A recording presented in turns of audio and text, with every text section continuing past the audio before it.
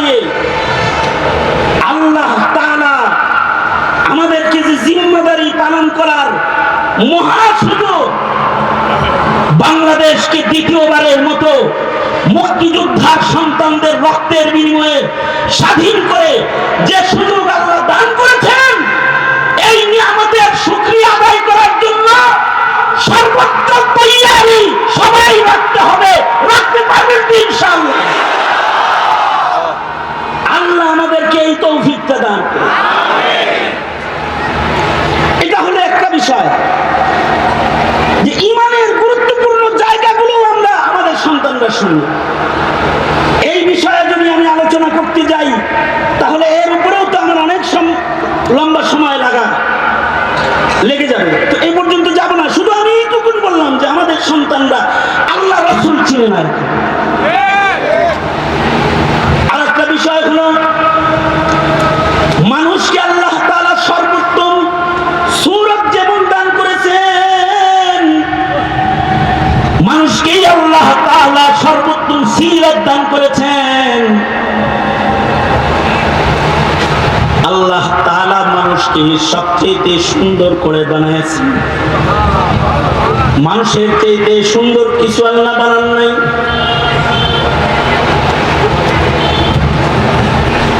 আহসানি তাকওয়িম, সর্বোচ্চ সৌন্দর্য আল্লাহ মানুষকে দান করেছেন।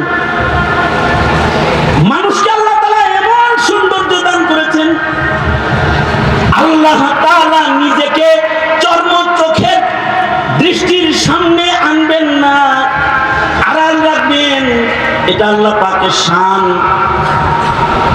তবে কাসিম নানতুবি রহমাতুল্লাহি আলাইহি বলেন, যদি আল্লাহ তাআলা কোনো আকৃতিতে চর্মচোখওয়ালাদের সামনে দুনিয়াতে আসতেন,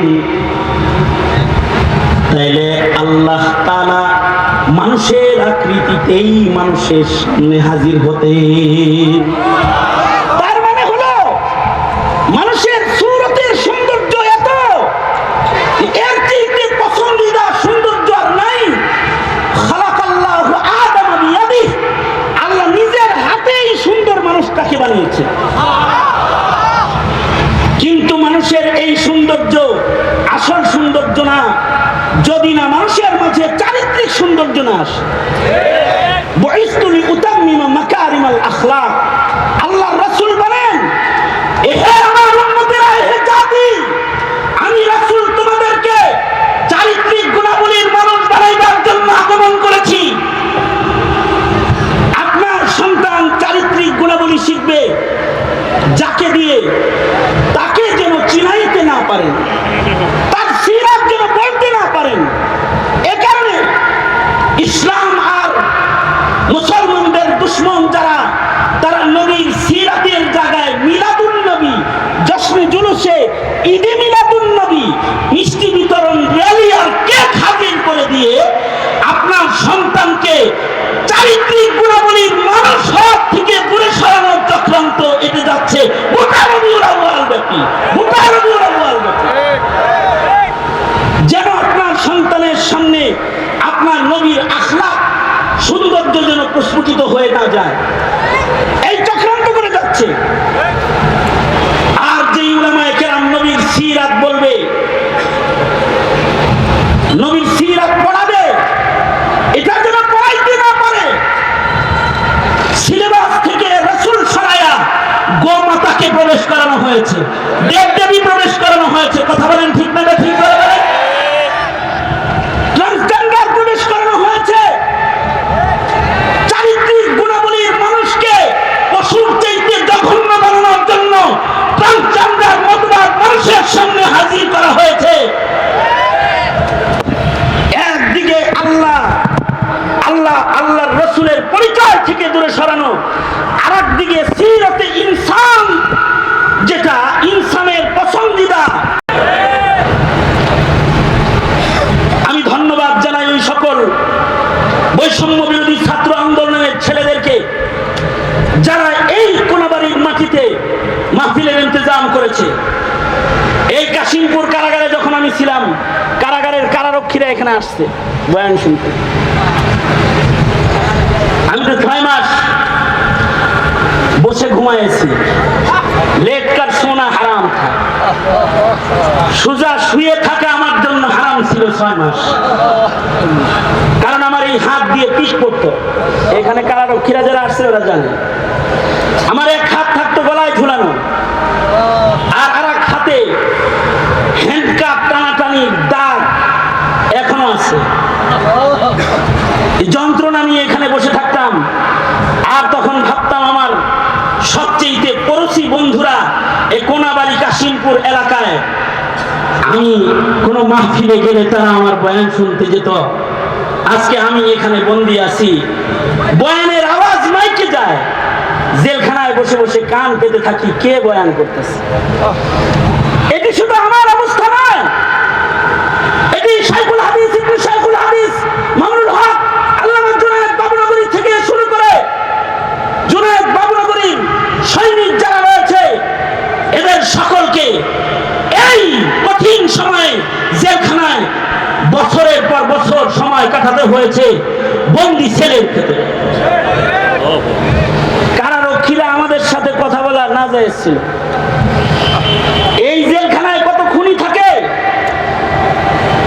কত সন্ত্রাসী থাকে, কত আন্ডারওয়ার্ল্ডের বড় বড় অপরাধীরা থাকে। তারা জেলখানার যখন ছুটির টাইম হয়, সবাই যখন ভেতরে আটকানো হয়, তখন তারা ব্যাডমিন্টন খেলে। আর উলামায়ে কেরামকে 24 ঘন্টা সেলের ভেতরে আটকায় রেখে নির্যাতন করা হয়েছে বছরের পর বছর। অপরাধ কি উলামায়ে কেরামে? অপরাধ হলো উলামায়ে কেরামের তারা এ জাতিকে তাওহীদ চিনায়, রিসালাত চিনায়, ইসলাম চিনায়, কোরআন চিনায়, এটাই অপরাধ। সুতরাং জাতি সতর্কতা লাগবে। এই ছাত্র জনতা যারা মাহফিলের মাধ্যমে কিছু তাওহীদের আলোচনা, কিছু রিসালাতের আলোচনা আপনাদের কানে দেওয়ার প্রয়াস যারা করেছে তাদের উত্তর উন্নতি কামনা করছি। আপনারা দেখেছেন বন্যায় ক্ষতিগ্রস্তদের সহযোগিতা এবং বৈষম্য বিরোধী ছাত্র আন্দোলনে যারা শহীদ হয়েছে, জীবন দিয়েছে, তাদেরকে আর্থিক সহযোগিতা করার মানুষের আজকের এই সম্মেলন এটা আয়োজন করা হয়েছে। তাই ওদের সাথে একাত্মতা ঘোষণা করে আমি দোয়ার পূর্বে আপনাদের কাছে একটু ব্যাগ ভলেন্টিয়ার পাঠাইতে চাই। আপনারা ওদের এই সুউদ্যোগ ক্ষতিগ্রস্ত মানুষের পাশে দাঁড়িয়ে মানবতার কল্যাণে মানবিক আদর্শ যেটা তারা বাস্তবায়ন করতে চায় এর সাথে দোয়ার আগে আপনারা একটু শামিল হইবেন। রাজি আছেন না ইনশাআল্লাহ? আপনারা ওদের পক্ষে না বিপক্ষে? ওরা কোরআনের কথা বলতে চায়, কোরআন শোনাইতে চায়, পক্ষে না বিপক্ষে? ওরা মজলুমের পাশে দাঁড়াতে চায়, ক্ষতিগ্রস্তদের পাশে দাঁড়াতে চায়, আপনারা পক্ষে না বিপক্ষে?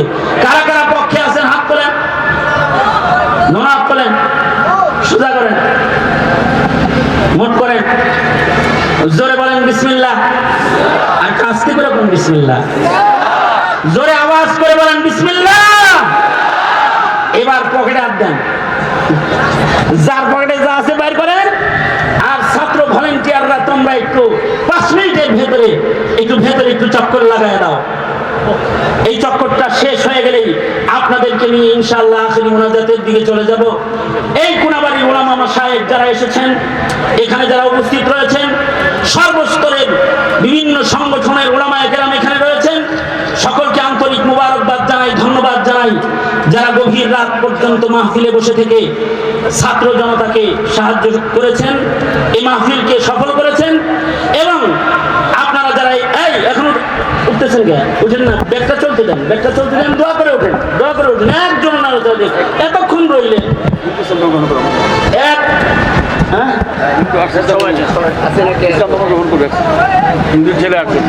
আসো আসো আসো, তাড়াতাড়ি আসো।